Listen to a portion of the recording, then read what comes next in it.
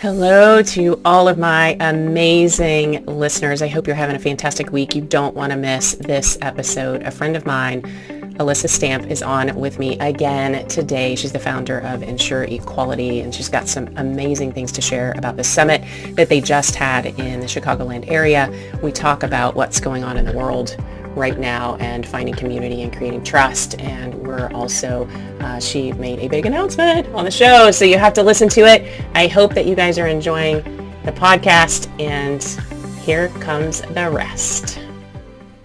Hey y'all, Trisha Stetzel here, and I serve those who are serving others. So welcome to this week's episode of Serving the Community podcast. I created this podcast to highlight people and organizations in our own communities who are serving others and giving back to make our communities, our country, and sometimes even the world a kinder place to live. And serving doesn't just make your heart feel good. You've probably heard that some studies have shown that there are mental and physical health benefits to serving, like reducing depression, lowering blood pressure, and even lengthening your lifespan. Putting other people's needs before yours also strengthens your relationships. It connects you with the ones you are serving. And if that someone is someone you know, it creates a stronger bond with them. Serving also enriches other people's lives. And perhaps the best benefit of serving is the chance that person paying it forward. If you help someone, they're more likely to do something nice for someone else that day. Your one act of kindness could have a major domino effect. It's like the pebble on the pond, creating that ripple effect.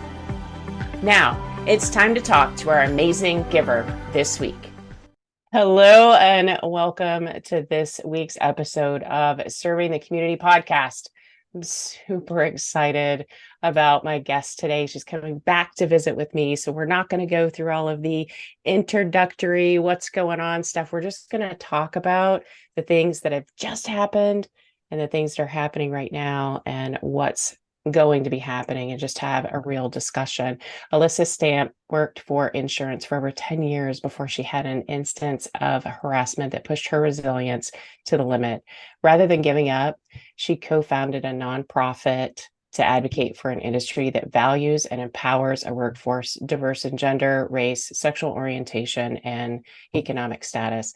Seizing a moment that is ripe for change, the Insure Equality team creates tools for transparency, accountability, and systemic change. Elisa, welcome to the show.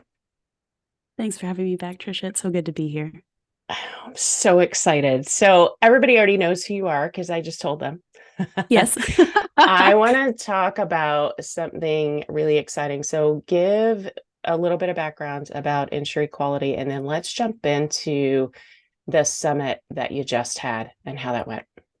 Absolutely. So you've heard a little bit that Trisha read, but we were co-founded about 2 years ago to bring about systemic change in the insurance industry. And my guess is if you don't work in the insurance industry and you hear the word insurance, it immediately glazes over your eyes. And I know that because I spent so much time networking in certain circles. But I will tell you, there's not an industry in our world that touches our lives more outside of our basic needs than insurance.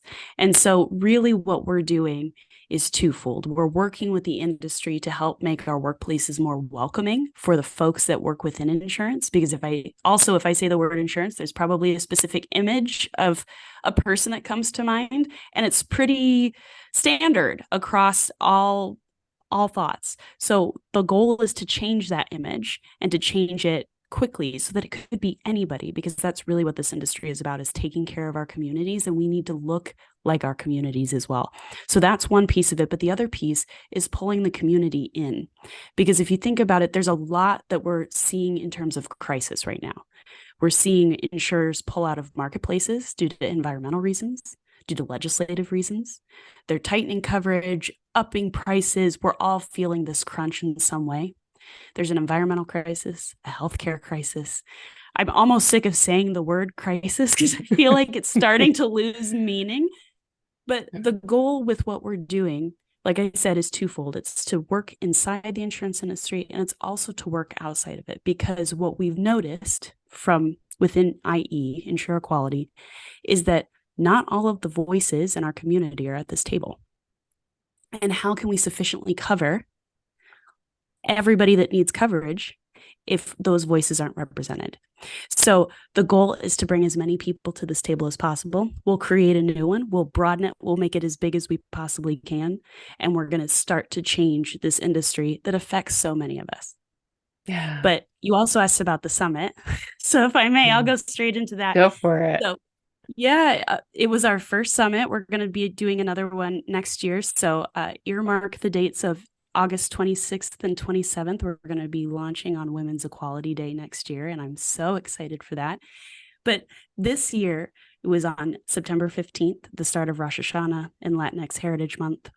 And it was lovely. It is a very difficult thing to start a new conference series within the insurance industry. There's about 70 events a year, so people have a lot to choose from. But what we wanted to do was something a little bit different. We wanted to shift everybody's perspective.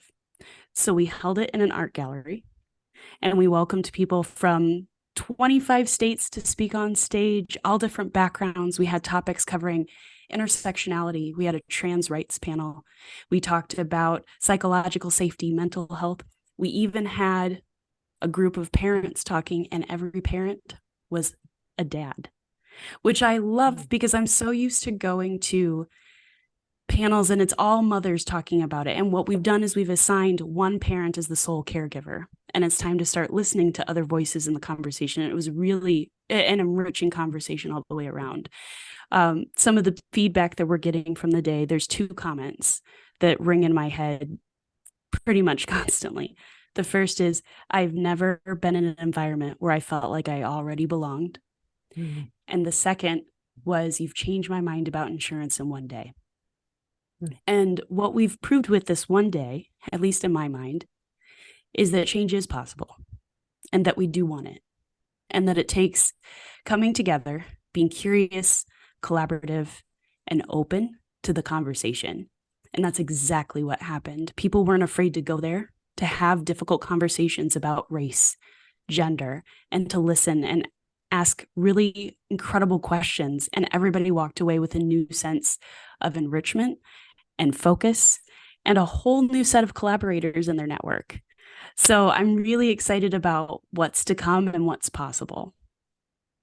I'm so excited for you to take something and build it from the ground up in a space that can seem difficult, to say the least, right? And bring people together and hear things like that. One of the things you and I talk about the veteran community a lot. And when you were talking through the comments that you got from your summit, it made me think how I feel when I get to be in the community that makes me comfortable, which is, this feels like home, right? This feels like home because I'm around people that I know and love and trust. And they have all different backgrounds. They come from different places. They grew up differently. They look differently. They act differently. And it's okay. And I think building that trust in those relationships is so important to make it feel like home.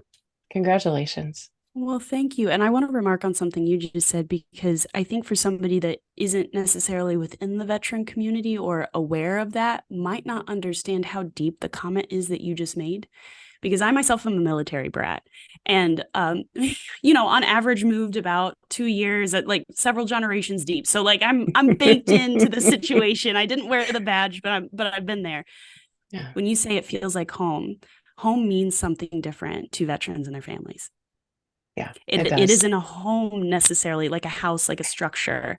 And yeah. I think when you said that, it resonated so deeply with me, because often the most difficult question I have to answer is, where are you from? Because are you asking where was my birth certificate? Where did I go to elementary school, high school, college? What does that mean to you? So I couldn't agree more with that comment. And I just want to make sure that people know what you mean by that, because belonging isn't a place, it's a state of being. Yeah, Absolutely. And that really rolls into something we were talking about before we jumped on the show, which is what's happening in the world right now. And not to get too personal, but I think that there's some conversation that we need to have around that and how it also affects the workplace. So, what are your thoughts around that? Absolutely. And thank you for opening the door to that, Trisha. What's going on right now in our world is very troubling and traumatic. And depending on the degrees of connection that you have to the situation that's going on in Gaza or Israel right now, you're going to be experiencing grief. And the people around you are experiencing grief. There's even local events happening, some great, some not great, here in the Chicagoland area that emphasize that a little bit more. And so I think the reason that we talked about it before we started the show and the reason that we're bringing it up now is because the lack of acknowledgement of that grief, the lack of acknowledgement of what's happening will deepen that level of grief, will let anger fester below the surface. And I'm getting choked up because it's a very deeply human thing to need validation, to need to be heard, and to need to be seen when you're experiencing that level of pain. So, whoever you are listening to this, whatever place you find yourself in, and however you are connected to it, it's okay to be hurt. And it's okay to see yourself in another human being, and it's okay to need something more out of this moment. And if you're an employer, it is time to acknowledge it. It is time to recognize it. We've been experiencing collective grief since 2020. I know that we've talked ad nauseum about the pandemic and the effects of it, the effects of mental health, the amount of layoffs that are going on, the amount of poverty that's increasing in our world. That hasn't stopped since 2020. And it doesn't seem to be either. Next year, we're going into an election year on top of all of that. And that has its own level of stress. So I think what this moment calls for is the pause, is a bit of reflection, a bit of critical thinking, and definitely some acknowledgement.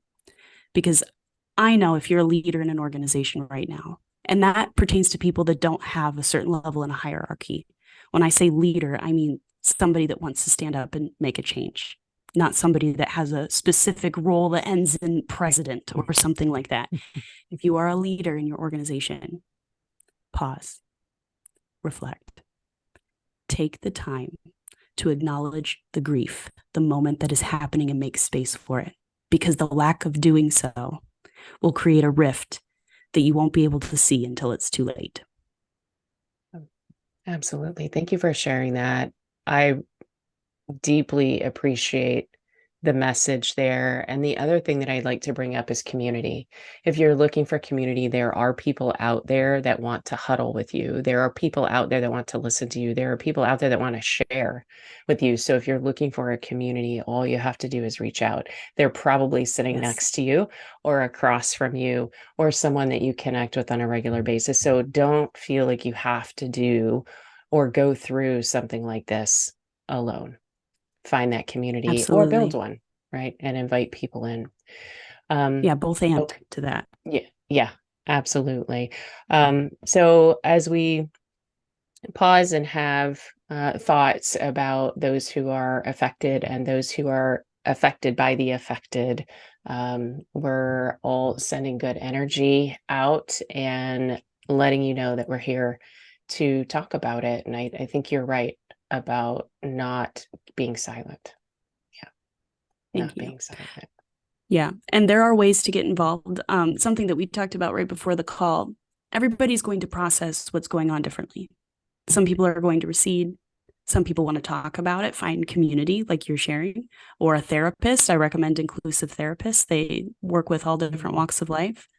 And some people need to act. Many of us need to act. This isn't a moment where we sit and stare, although definitely don't look away. So please do your research, get involved, look for the local charities that are on the ground. It is important that in this moment that often causes paralysis out of fear, that we don't let it stop us. Yeah, absolutely. Thank you for sharing that. All right, so we're getting close to our time together, and I do want to recognize that you have something coming up that we need to make an announcement about. So just We shifting gears a do. little bit, tell me Yeah, what's going hard on. segue. Yeah, so getting back to workplace culture a little bit. So I think last I was on, we were talking about the culture rater that we developed that won an award in Yes. beta. And I am so excited to announce this is only the second place I'm announcing this, Trisha. The first was our summit. So yay. Um, Yay. we just launched our Phoenix Culture Certification. So Phoenix is the name of the culture rater that we use, and the certification partners with that to get deep inside the subjectivities that you're used to just seeing, on a survey result, and understand how the culture of your organization feels. And really what this does is creates a business deliverable for you and your team. It's coach led, it's custom paced, and it's done in the way that you and your team need. You can do this as an individual or as a team, but I'm so excited that we have some coaches with us. One as a doctorate, the other is certified, and they work with teams and individuals to have these vulnerable conversations and understand the why behind what you're doing so that you all have a North Star that you can point to. I love that. That's fantastic. Where can people find more information about the certification? Please go to our website at insureequality.org. There will be more information there, or you can contact me directly at elisa@insureequality.org. It's ELISA. I would love to hear from you, and we can work with your team to do what makes sense. Love that. That's fantastic. So I want to close with this, as I warned you, because I think this goes right along with everything we've been talking about today. I believe trust is essential for both success and sustainability of any organization, and it affects both internal and external. Whether you're in a nonprofit or a profit business, trust is the foundation that everything else is built on. So I'd like to hear from you. What do you believe are key strategies and or practical steps leaders can take to foster a culture of trust within their organization? I only have two things for this, and this is probably one of the number one questions that I get, and it's my same answer every time. Listen, and then take action with what you hear. And it won't work unless you do both. It is so simple, the act of creating a culture that honors your employees, but there's so much fear in our culture surrounding, well, what if I get it wrong? What if I don't do the right thing? What if they judge me for having made this decision? And here's the thing, as somebody that has been through harassment at work, who's heard multiple stories, most of your employees don't want to get back at you. They don't want to get revenge. They don't want to get even. They don't want to get paid. They just want to be heard, seen, and they want to go back to the way that it was. So the best way that you can establish trust is to take that step that's a little vulnerable and say, what do you need? Truly, what do you need? What would make your life better so that you could come to work fully? But the key piece of that, you can ask all day long. If you receive that information, that is a gift. And it is now your choice as a leader, but also your obligation to do something with it.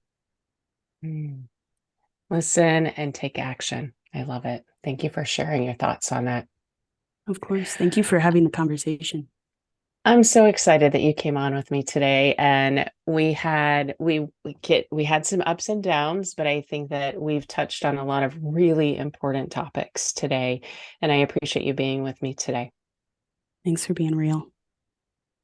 Thank you for allowing this to happen, because if it wasn't for you, we wouldn't be having this conversation today. So thank you for being here. Always a pleasure. And that concludes this week's podcast, Serving the Community. Thanks so much for listening today. There are so many great things about our modern world, but the people in it should be at the top of that list. Taking a genuine interest in your family, friends, neighbors, and even strangers is one of the most rewarding decisions you can make for yourself and those around you that you choose to serve. If you enjoyed this episode of Serving the Community, be sure to subscribe so that you're notified when a new episode is posted. Please rate and review this episode and be sure to share with your connections. You can also find out more about what I'm up to at trishastetzel.com.